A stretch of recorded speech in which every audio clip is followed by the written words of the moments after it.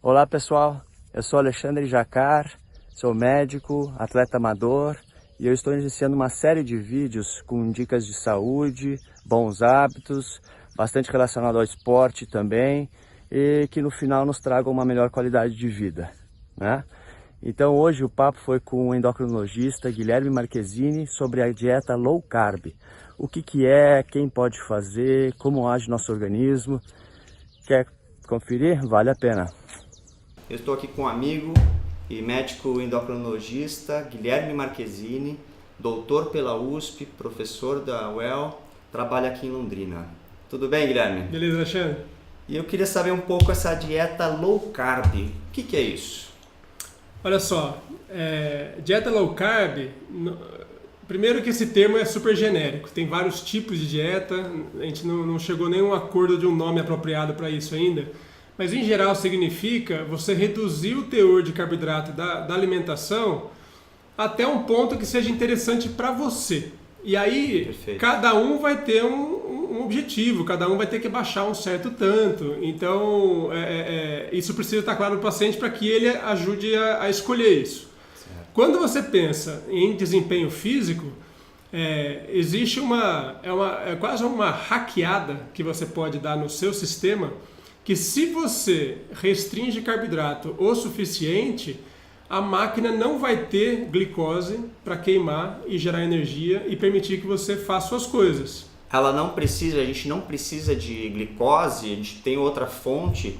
A gente usa glicose muito bem, aliás, todos os seres vivos usam glicose muito bem, mas a gente precisa de um plano B. Na natureza, você oscila, né, alterna esse ciclo de fartura na primavera e no verão, com um ambiente mais rico em carboidrato, com as plantas e tudo mais, e geralmente alterna-se com um período de vacas magras, onde você vai ter que usar o seu estoque para sobreviver. Sim. Na falta de alimento. Consumir estoque significa uma dieta cetogênica, uma dieta queimadora de gordura. Então a gente tem a maquinaria apropriada para isso. É que a vida moderna nos trouxe para facilidades e praticidades que nos levam a comer muito mais carboidrato do que outras coisas.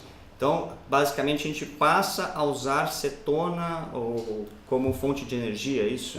Corpos cetônicos, ácidos graxos, derivados da queima de gordura. Existem vários, entendeu? E a gente não precisa entrar nesse tipo de detalhe. Sim. Mas é interessante saber que, consumindo pouca glicose, o seu corpo vai saber usar gordura como fonte de energia e quase todo mundo, vai ser mais ou menos capaz de fazer isso. Pode ser considerada uma dieta saudável? Quem pode fazer?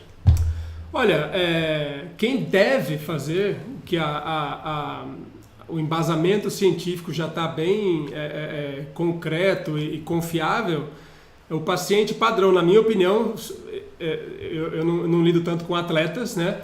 O meu paciente padrão é o diabético, aquele paciente acima do peso, que usa muitas medicações, que usa insulina em doses altas. Esse cara, quando você restringe o carboidrato dele, a dieta age no mecanismo da doença e faz revoluções, entendeu? Então o paciente melhora demais. Esse eu acho que é o paciente que mais se beneficia. A ponto de eu brincar com as pessoas que a perda de peso que costuma acontecer vem de brinde. É um benefício, né? Um benefício extra. A pessoa que mais vai se beneficiar são os atletas de endurance, aquele esporte que a intensidade é um pouquinho mais baixa, mas o cara vai embora e faz durante 30, 60 ou mais minutos. Falando de endurance, gosto de falar de maratona. Sim. Né? Existe algo conhecido entre os maratonistas que é o muro dos 30. Exatamente. Isso acredito que acabe a reserva de glicogênio. Se você não tem uma suplementação adequada, você para. Como é que é isso na cetogênica, na low carb? Você já viu aquela cena? Tem uma cena de uma final olímpica de maratona, de uma mulher que chega, acho que é uma suíça até. Impressionante. Ela né? chega completamente cambaleante, né? Desnorteada na reta final da maratona e o pessoal não pode ajudar, senão ela é desclassificada e ela quase que se arrasta até o fim da prova. Aquilo é o muro dos 30 que vem um pouco mais tarde. E aquilo, quando você começa a pensar, imagina só, uma atleta olímpica que passou um período longo da vida treinando para estar ali, então ela teoricamente não é a primeira maratona dela, ela sabe o que está fazendo, ela treinou aquilo exaustivamente e chega na hora, ela acontece aquilo, como que é possível, né? Quebra, né? Quebrou completamente. Então, Sim. ali o que acontece é o seguinte, e isso que é o legal, que a gente precisa, o conceito a gente precisa entender. Ela, no equilíbrio entre, e lembrando que era década de 80, 70, faz um tempinho já, o pessoal não tinha tanto a ideia do carb loading, né? Daquela história de comer muito macarrão, os atletas não tinham o costume de ficar comendo durante a prova, ficar repondo energia e tudo mais, então ela ia meio na raça, né? E o pessoal foi lá e ela provavelmente, no balanço entre o quanto ela precisava de energia e o quanto ela conseguiu repor durante a prova, ela acabou o tanque. Sim. Ela teve uma pane seca praticamente. Aí eu te pergunto, mas como que essa pessoa fez isso, sendo que a gente tem o nosso estoque de gordura para usar? E aí que tá, a gente tem, mas você precisa de um ambiente hormonal adequado para que você consiga utilizar isso aí. E você precisa treinar, são vias enzimáticas e metabólicas diferentes. Se eu te perguntar, então tem uma fase de adaptação, quem quer começar, como é que... Exatamente, então essa fase, eu tenho que explicar ela para todos os meus pacientes, porque todo mundo sente o baque no começo, então é como se, né, a gente uma gripe cetogênica. A gente é um motor, a gente tem um motor total flex. A Sim. gente é capaz de queimar os dois combustíveis, mas essa transição, ela leva um tempinho para a gente ficar craque naquilo. Então, essa gripe cetogênica, né, que é um termo que se usa, é esse mal-estar que acontece. E hoje a gente entende melhor. Então, ele é quase prevenível, inclusive, né? Sim. A pessoa, isso tem muito a ver com distúrbio hidroeletrolítico, quer dizer, o que significa isso? Significa distúrbio de água e de minerais. Então, essa dieta, ela muda o funcionamento dos rins, olha como é profundo o negócio, né? Ela muda o funcionamento dos rins e atrapalha a capacidade do rim reter líquido. Então, no fundo, é uma dieta diurética, né? É uma dieta, exatamente, desincha o meu paciente, o atleta nem tanto, mas desincha o meu paciente, abaixa a pressão, ele tem que sair do remédio, entendeu? Vários benefícios super interessantes. Mas para o atleta significa que ele vai ter que tomar muito cuidado com água.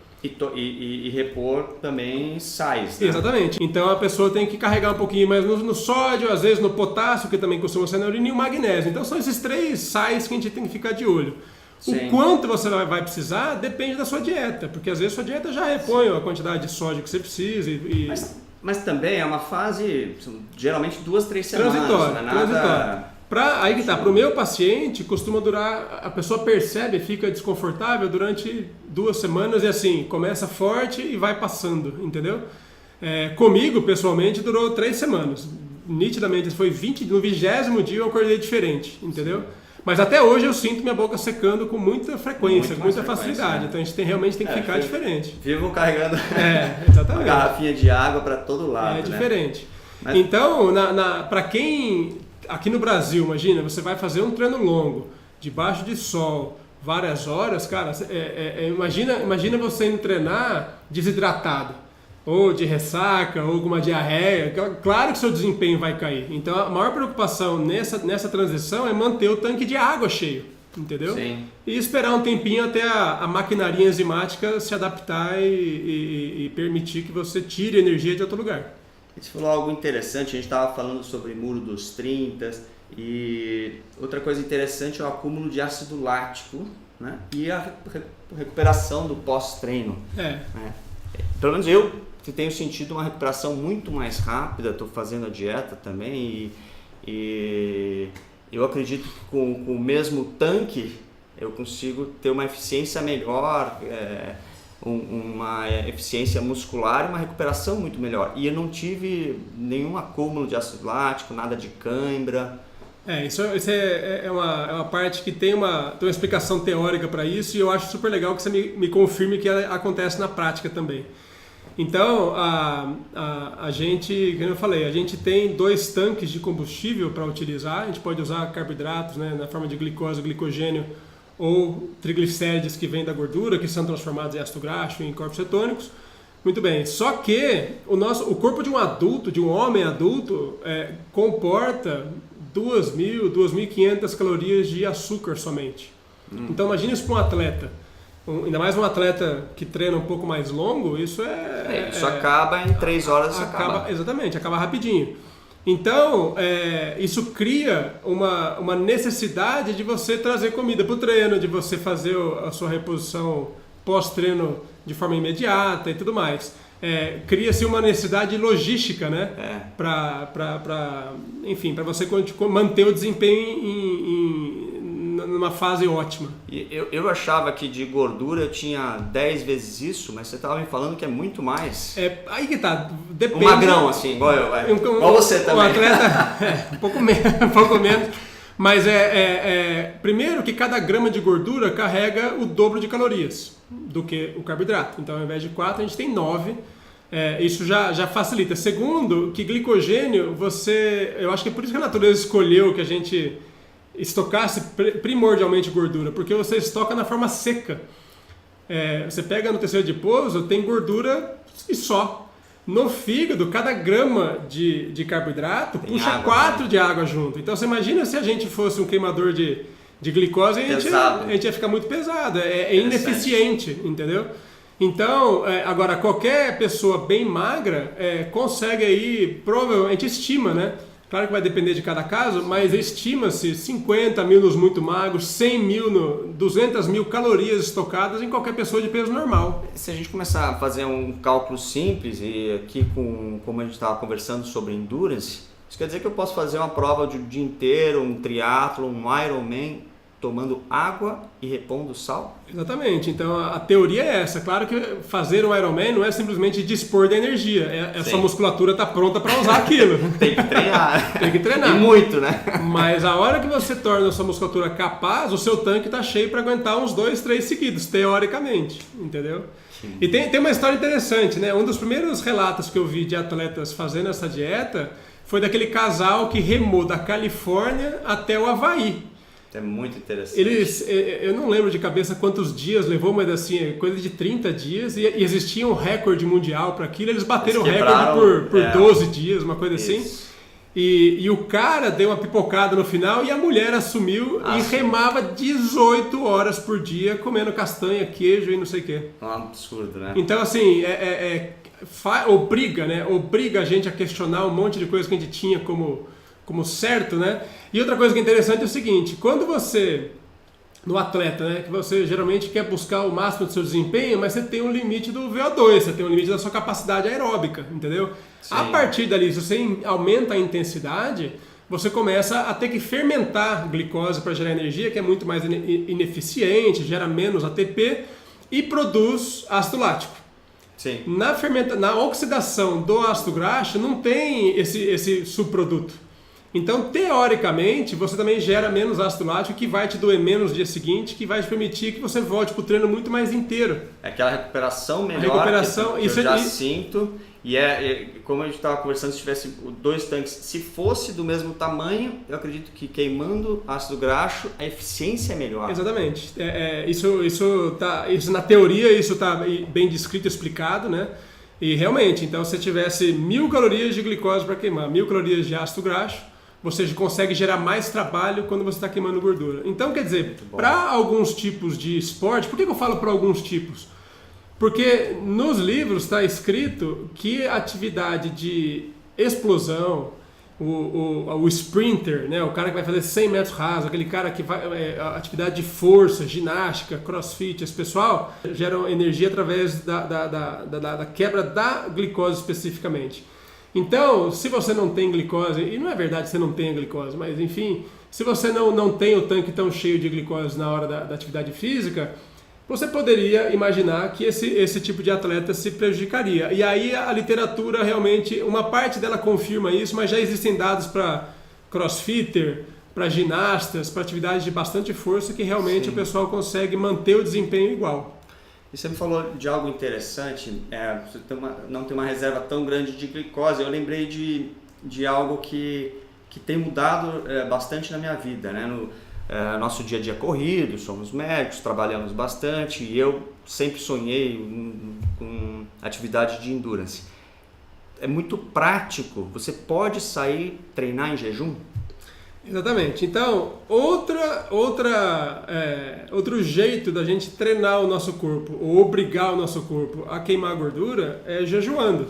Aliás, é assim que a natureza provavelmente nos ensinou a fazer isso ao longo dos milhões de anos aí de evolução. Então, quando você já está com uma dieta restrita em carboidrato e já está queimando gordura, estar comendo ou não importa menos. Porque o seu tanque sempre tem um fundinho lá para você treinar, entendeu? Então, o que ele estava me contando, ele vai trabalhar, passa a noite em jejum, acorda de manhã e vai treinar. Fala assim, mas vai treinar sem comer nada? E vai treinar sem comer nada. E aí você me conta, o desempenho sofre? Nada, pelo contrário, eu me sinto mais disposto ainda.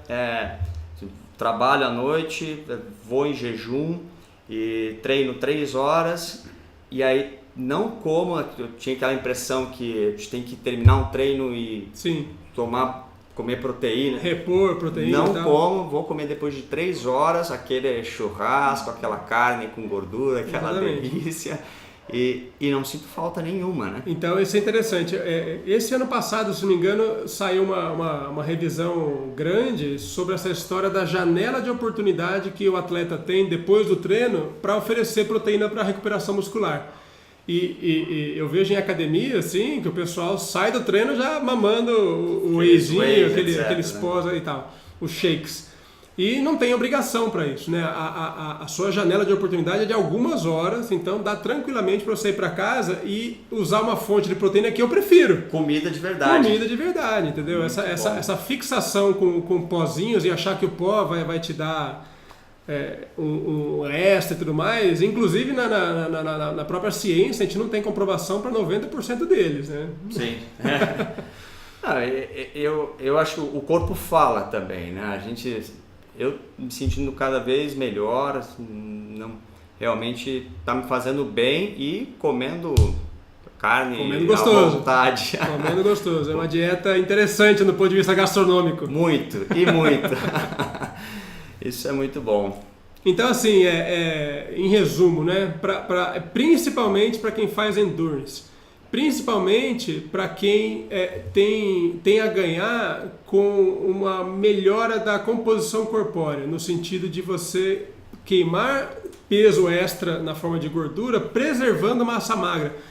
Essa história tem um mito, né, uma lenda urbana de que a dieta cetogênica ou low carb, ela consome músculo. E eu tenho a impressão que isso vem daquela história da gente consumir glicogênio que puxa muita água junto e o músculo dá uma murchada, entendeu? Então, para quem está lá no espelho fazendo fisiculturismo, etc e tal, você percebe que o seu volume muscular diminuiu, mas não que você tenha perdido proteína muscular, não que você tenha perdido força e desempenho, você perdeu o volume de água, você desinchou o músculo, entendeu? Então esse mito corre na rua, mas quando você testa a pessoa de perto com força, desempenho, etc., ele continua igual, entendeu? Muito bom.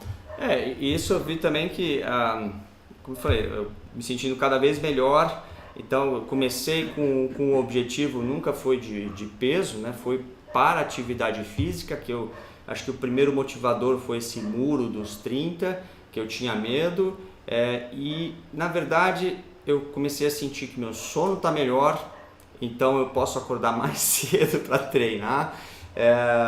Parece que até, não sei se vai querer entrar nesse tópico ou não, mas parece que a cabeça funciona melhor e muito mais prático no dia a dia. Então assim, hoje eu sou suspeito para falar, para indicar, mas só tenho feito muito. Também né? Eu também sou bastante suspeito, porque que nem você, o pessoal me pergunta, mas até quando você vai fazer esse negócio? Porque eu já tô nessa faz uns mais de 3 anos. Que essa dieta eu faço em mim ao redor de 3 anos e pouco, não lembro de cabeça, mas enfim, 3 anos. Até quando você vai fazer esse negócio? Até quando você vai deixar de comer pão, deixar de comer arroz, ou sei lá?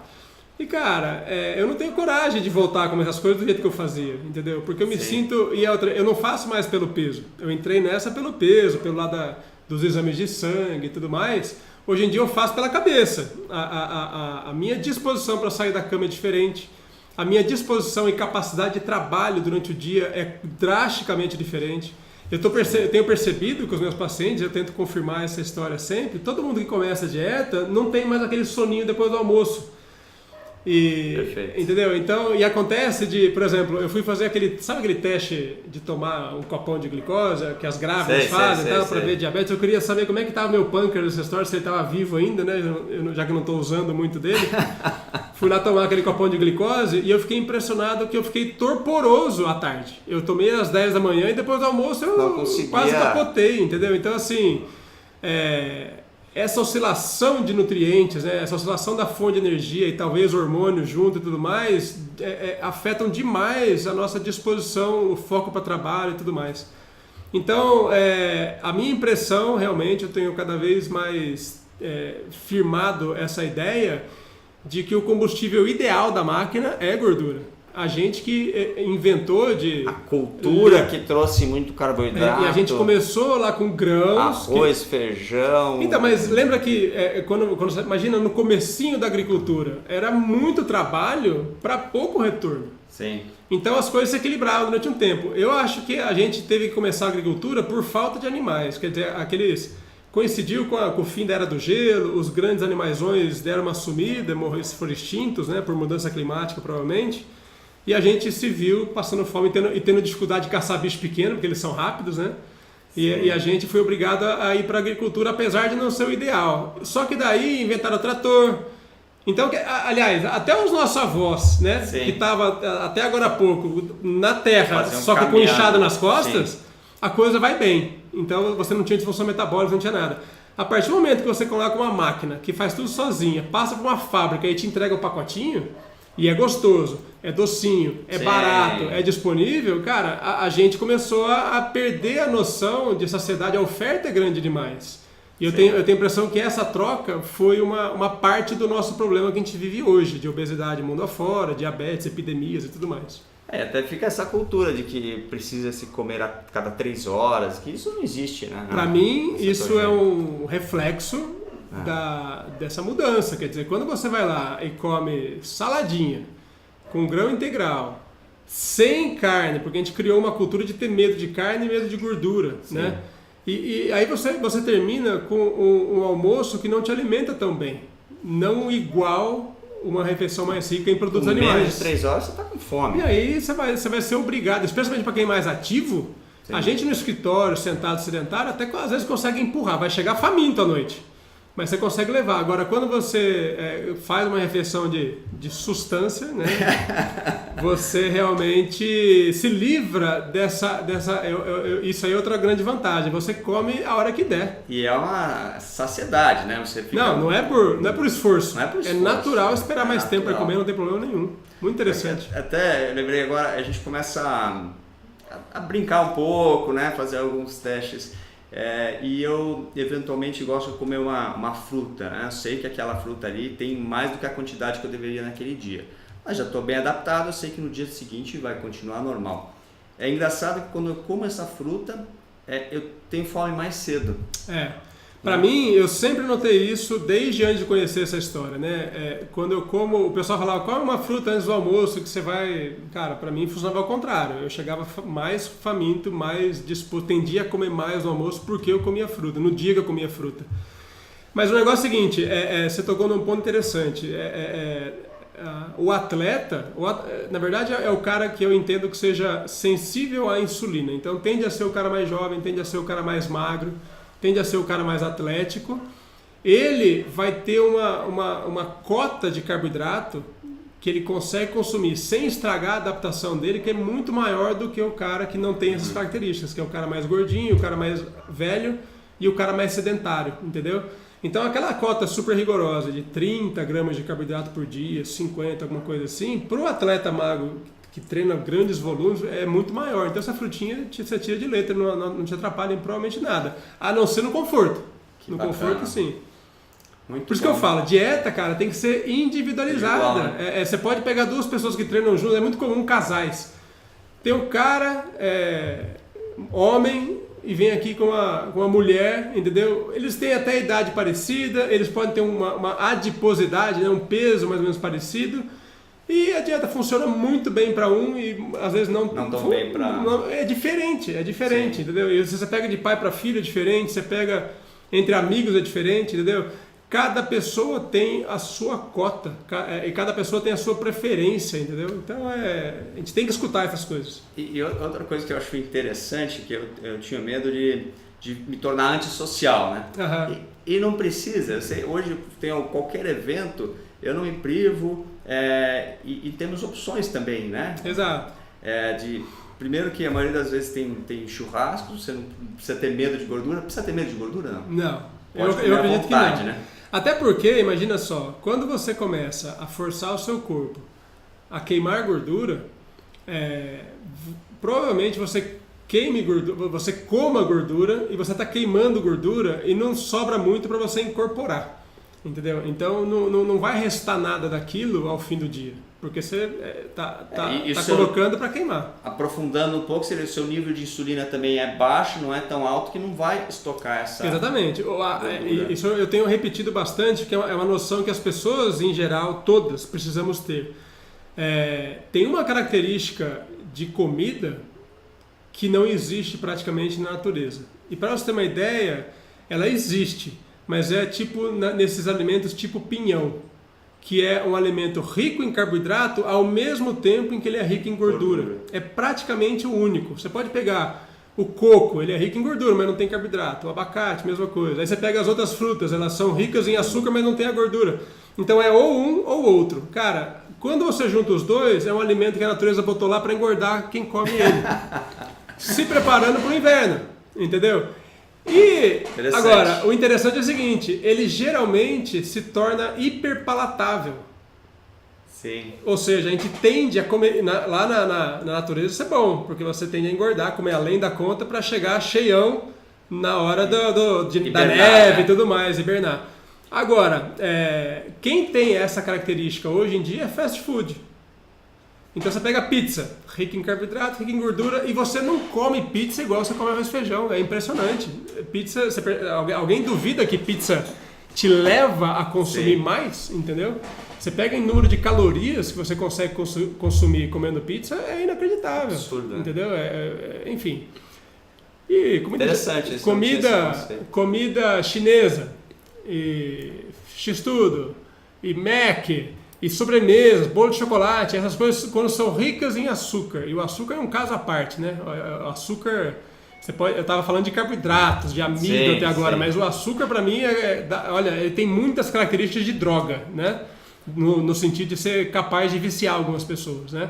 Mas quando você junta o carboidrato, pode ser farinha, pode ser amido, pode ser o que for, com gorduras, cara, fica uma delícia. É um veneno, né? Fica uma delícia, você dribla mecanismo de saciedade do seu corpo, tende a consumir de uma forma que te assusta às vezes, entendeu? E eu acho assim, se você for ver, você pega em qualquer parte do mundo, botou esse tipo de comida na jogada e a população engorda e fica doente, alguns anos depois.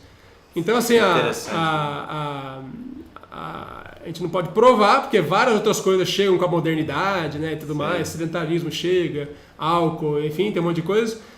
Mas essa combinação da indústria alimentícia é altamente suspeita, na minha opinião. Sim.